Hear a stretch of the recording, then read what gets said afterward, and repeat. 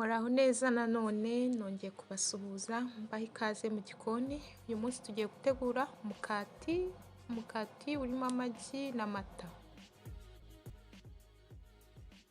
Mu byo ngiye gukoresha harimo ifarini, amata, bata, hakabamo igi, ndakoresha umunyu, isukari ndetse n'umusemburo w'imikate.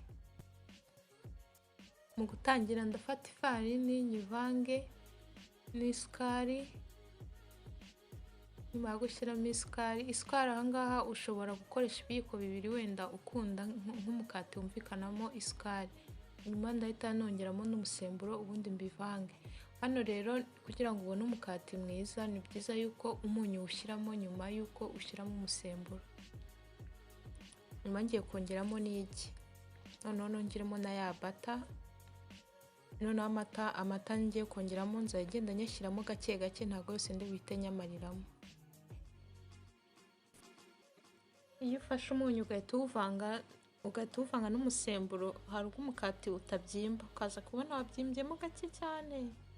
Ni bibi rero, byiza yuko ubanzamo umusemburo warangiza umunyu ukaza kubishyiramo nyuma.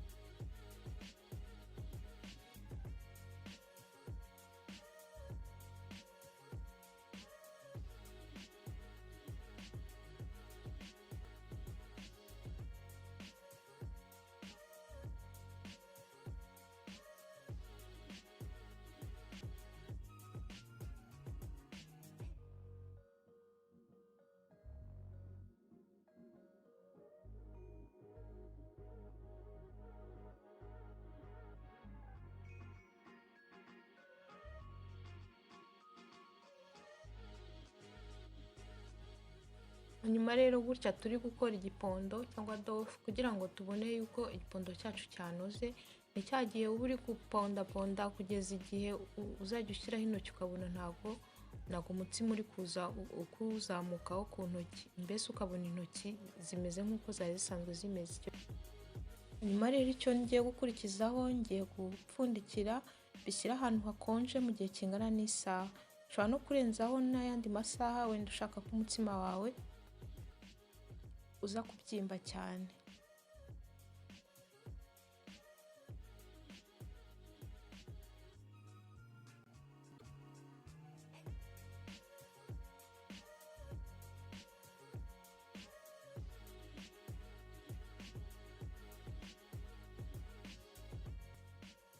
Hanyuma rero ngiye kurambura nse nukoramo utuntu tw'uducapati, ndaje mbere ku kuntu ngiye kujya mbigenza.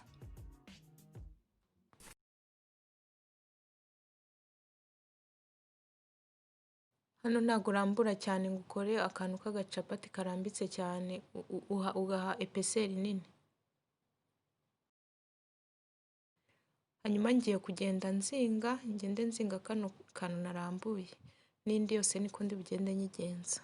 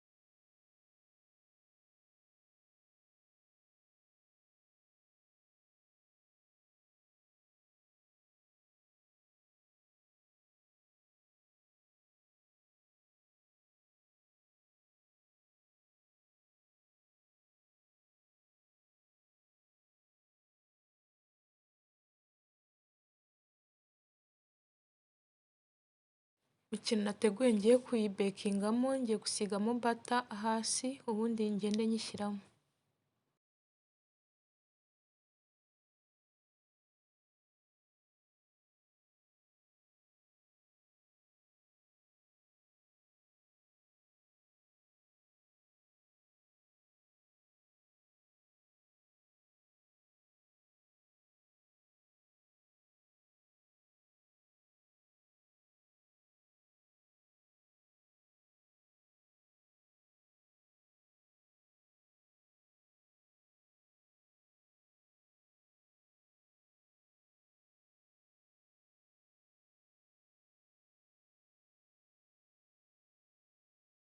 Ngiye kongera nyipfundikire mu gihe kingana n'iminota 40.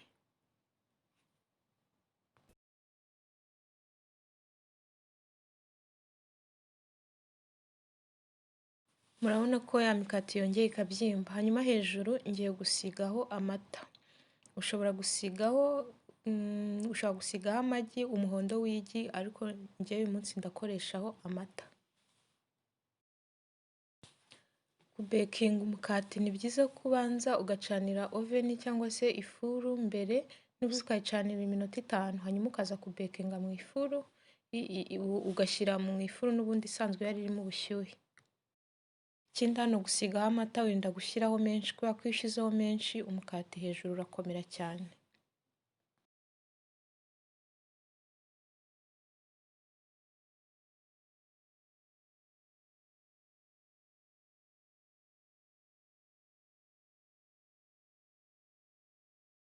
Ngiye kuwushyira mu ifuru nabanje n'ubundi gushyushya, ndawuteka ku minota nibuze hagati ya 35 na 40 kuri degere Celsius 180.